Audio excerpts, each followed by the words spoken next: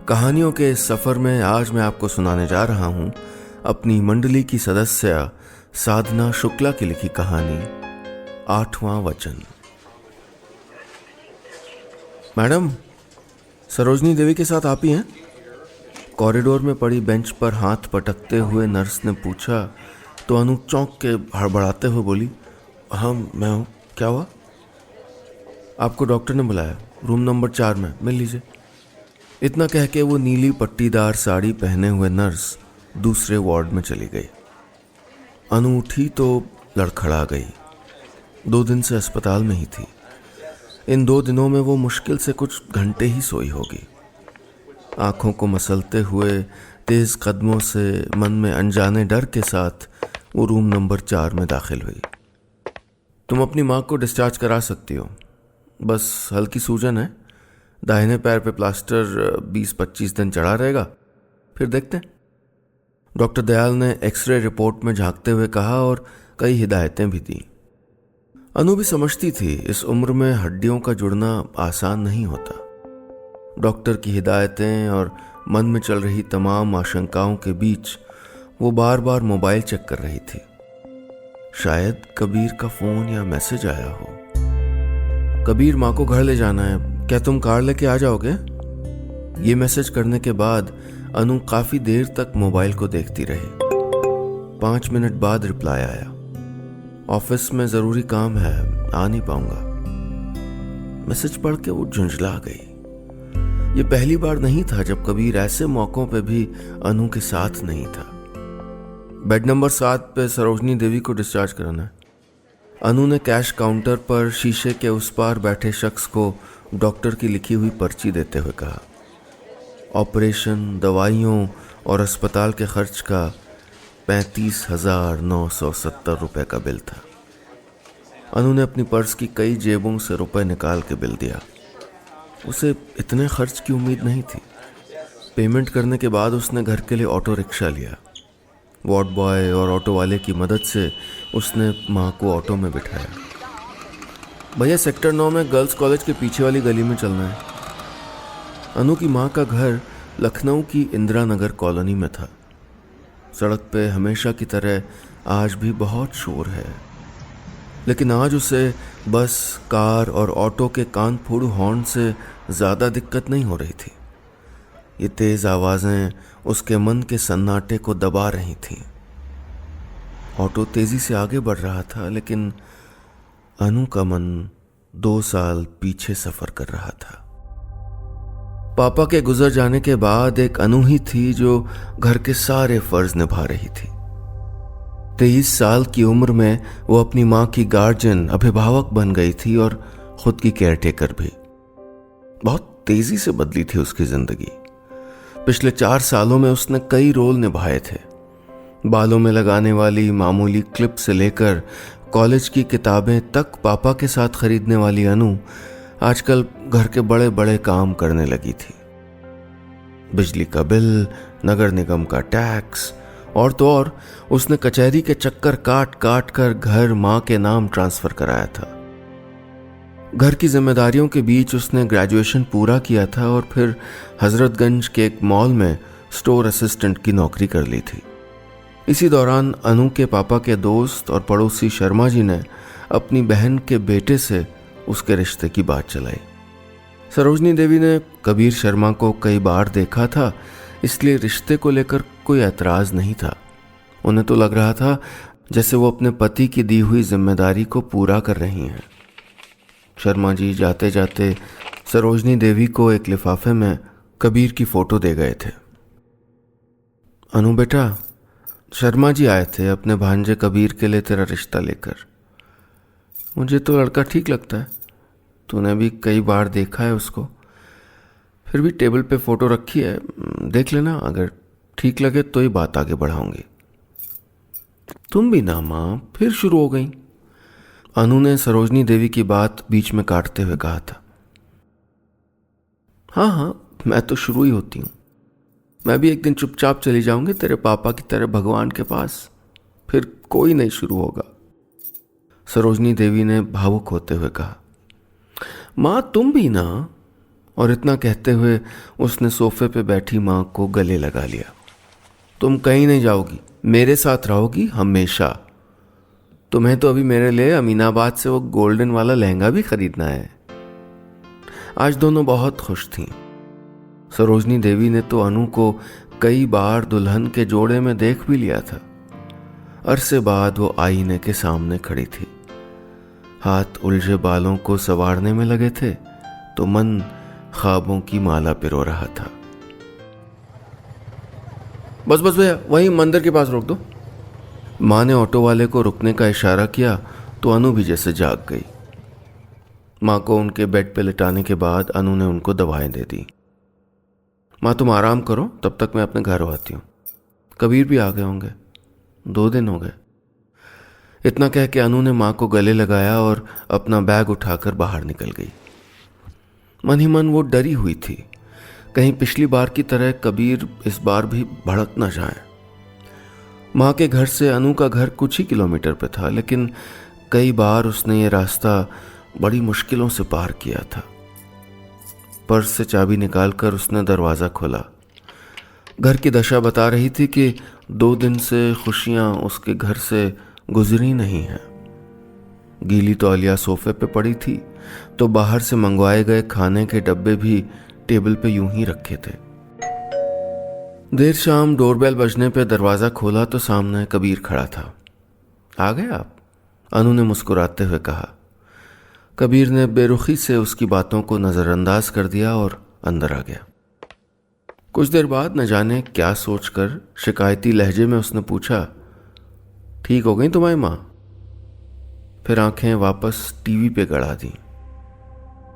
फिलहाल आराम है, लेकिन कम से कम 20 दिन देखभाल करनी पड़ेगी। डॉक्टर ने चलने फिरने को बिल्कुल मना किया है। अनु ने चाय का कप कबीर को देते हुए कहा। कबीर मैं सोच रही थी कि किसी रिश्तेदार को बुलाने से बेहतर है कि मैं ही वहां रुक जाऊं। उन्हें हमारी ज़रूरत है। अनु सब जानते हुए बोल रही थी कि शायद कुछ बदला जवाब मिल जाए, लेकिन कबीर ने कोई जवाब नहीं दिया। अनु को कुछ दिन पहले की घटना अभी याद थी, जब उसने कबीर को फोन पे बताया था, कबीर जल्दी से घर आ जाओ, माँ सीढ़ियों से गिर गई हैं। लेकिन कबीर ने आने से मना कर दिया था। तुम्हारी माँ के साथ रोज कोई ना कोई दिक्कत ही लगी रहती है। अरे कब तक मैं अपना ऑफिस छोड़ता रहूंगा भाई? कबीर के इस 2 टूक जवाब से अनु को झटका लगा था। माँ को लेकर नोकझोंक तो शादी के 3 महीने बाद ही शुरू हो गई थी, लेकिन ये पहली बार था जब कबीर ने जैसे माँ से रिश्ता तोड़ ही लिया था।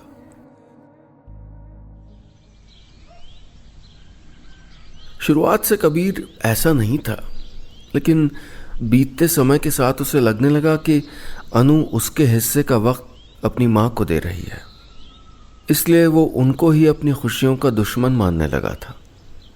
मन में बैठी बातें कबीर के स्वभाव में साफ झलकने लगी थीं। कबीर खाना टेबल पे रखा है, मैं माँ के पास जा रही हूँ, कुछ दिन वहीं रहूंगी। वक्त मिले तो तुम भी वहीं आ जाना, माँ को अच्छा लगेगा। कुछ देर की खामोशी के बाद अनु घर के बाहर निकल गई। वो थके कदमों से चौराहे की ओर बढ़ी जा रही थी। मन में फिर कई सवाल। इतनी रात हो गई थी, कबीर चाहते तो कार से मुझे छोड़ सकते थे। क्या मुझे इतना भी अधिकार नहीं है कि मैं माँ की बीमारी के दौरान उनकी देखभाल कर सकूं? माँ दर्द तो नहीं है? अनु ने माँ के सर पे हाथ फेरते हुए पूछा। आराम है बेटा, सरोजनी देवी ने दर्द को छुपाते हुए कहा। अनु ने उनको सहारा देते हुए बिठाया और घर से बना के लाई मूंग की खिचड़ी का टिफिन बढ़ाया। सरोजनी देवी जानती थीं कि उनकी जिद्दी बेटी ऐसे मानेगी नहीं, इसलिए 4-5 चम्मच खा लिए। बेटा कबीर नहीं आया? माँ आजकल उनके ऑफिस में बहुत काम है, अभी तुरंत आए थे, पूछ रहे थे तुम्हारे बारे में, अनु ने कहा। हालांकि सरोजनी देवी की बुजुर्ग आंखें बेटी के मन की उदासी साफ साफ पड़ रही थीं। वो देख रही थी पिछले कई महीनों से उनकी बेटी बस मुस्कुराती है, वो बेटी जो कभी छोटी छोटी बात पे देर तक हंसा करती थी। माँ को दवा देने के बाद अनु अंदर वाले कमरे में लगी कुर्सी पे बैठ गई। इसी कुर्सी पे बैठकर उसने पापा से कहानियां सुनी थी। यही वो टेबल थी जहां शर्मा अंकल वो लिफाफा रख के गए थे जिसमें कबीर की तस्वीर थी। रिश्ते की बात आगे बढ़ने पर शर्मा अंकल कबीर के साथ उसके घर आए थे। अनु की सादगी भरी खूबसूरती पहली ही नजर में कबीर को भा गई थी। कुछ औपचारिक बातों के बाद शर्मा जी ने अनु से कहा था, कबीर को अपनी पेंटिंग तो दिखाओ। लाजवाब, कई रंग है इसमें। कबीर ने वाटर कलर से बनाई एक तस्वीर को देखते हुए कहा था। कबीर, आपसे कुछ कहना है। पापा के बाद मैं और माँ ही हैं। माँ मेरी जिम्मेदारी है। बस इतना समझो कि माँ दहेज में मिलेंगी तुमको। अनु ने बिना लाग लपेट के अपनी बात कह दी थी तो कबीर ने उसकी नम आंखों में झांकते हुए कहा, वो मेरी भी माँ है। अनु की पलकों से 2 आंसू लुढ़क आए थे। कबीर के जवाब में उसे आने वाले खुशगवार पलों की झलक दिखने लगी थी। 2 महीने बाद सादे समारोह में शादी हो गई। शादी के वचन याद दिलाते हुए पंडित जी ने कहा था, वर और वधू एक दूसरे के परिवार का सम्मान करेंगे और उनका मान बढ़ाएंगे।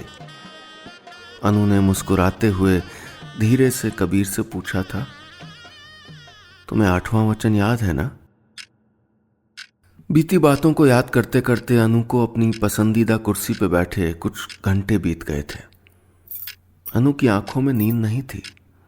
पिछले 10 दिनों में कबीर और अनु की सिर्फ 2 बार बात हुई थी। माँ की तबीयत सुधरती देख अनु ने बड़ी बुआ को बुला लिया था। माँ पहले भी कई बार उसे अपने घर जाने को बोल चुकी थी, लेकिन बुआ के आने तक अनु टालती जा रही थी। उसने कई बार कोशिश की थी कि माँ उसी के साथ रहे, लेकिन वो अपने यादों के आशियाने को छोड़ने को राजी नहीं थी। और उधर कबीर भी अपनी प्राइवेसी में दखल नहीं चाहता था। अनु घर पहुंची तो करीने से सजे उस घर की रौनक गायब हो चुकी थी। 1.5 साल पहले जब वो दुल्हन बन के आई थी तब घर खुशियों से भर गया था। अतीत के कश्मकश में उलझी अनु दरवाजे की आहट से समझ गई कि कबीर आ गया है। कबीर ने अनु को देखा जरूर, लेकिन कोई रिएक्शन नहीं दिया। 2 दिन बीत गए। उन 2 दिनों में सिर्फ हूं हां में बात हुई।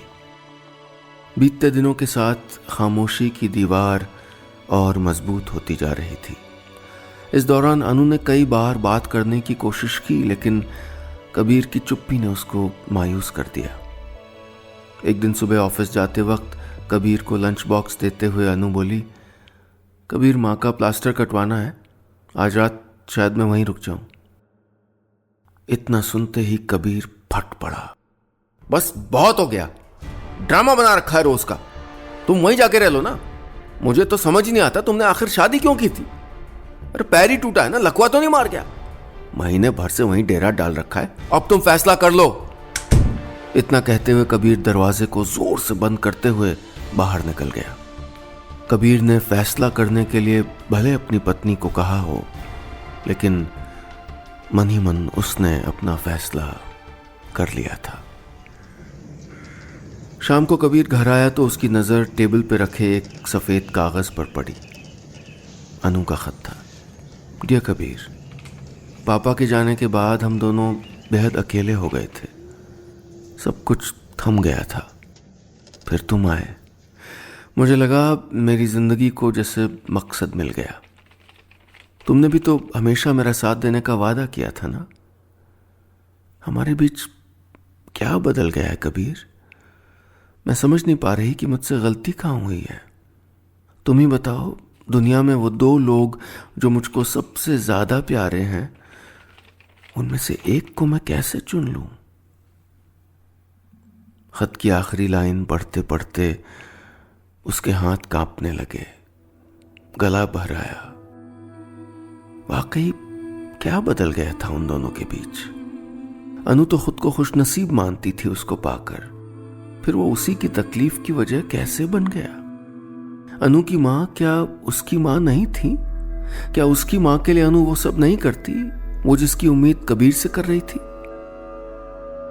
वो बहुत देर तक सोचता रहा और फिर कुछ फैसला करके उठ खड़ा हुआ।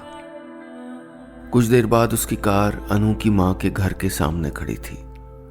घंटी बजाए बिना वो अंदर चला गया और बेड पे लेटी सरोजनी देवी के पैर छुए। कबीर के मुंह से कैसी हो माँ सुनकर उनकी अंदर तक धंस चुकी सूखी पड़ी आंखों में नमी आ गई। उन्होंने उठने की कोशिश की तो कबीर ने उनका हाथ थामते हुए इशारे में ही लेटे रहने को कहा। किसी के आने की आहट सुनकर अनु ड्राइंग रूम में आई तो सामने देखा माँ का हाथ थामे कबीर बैठा था। अनु के लिए एक सपने सा था ये दृश्य। अनु देख, कबीर आया है, माँ ने कहा तो कबीर ने चौंक के दरवाजे की ओर देखा। डबडबाई आंखों से अनु उसी को देख रही थी। आगे बढ़कर कबीर ने उसका हाथ थाम लिया, बिल्कुल वैसे ही अपने दोनों हाथों के बीच अनु के हाथों को भर लिया जैसे फेरों के बाद पंडित जी ने शादी के वचन दिलाते हुए हाथ पकड़ाए थे। जैसे वो आज भी कहना चाह रहा हो, अनु मैं निभाऊंगा अपना 8वां वचन। बस इतनी सी थी ये कहानी।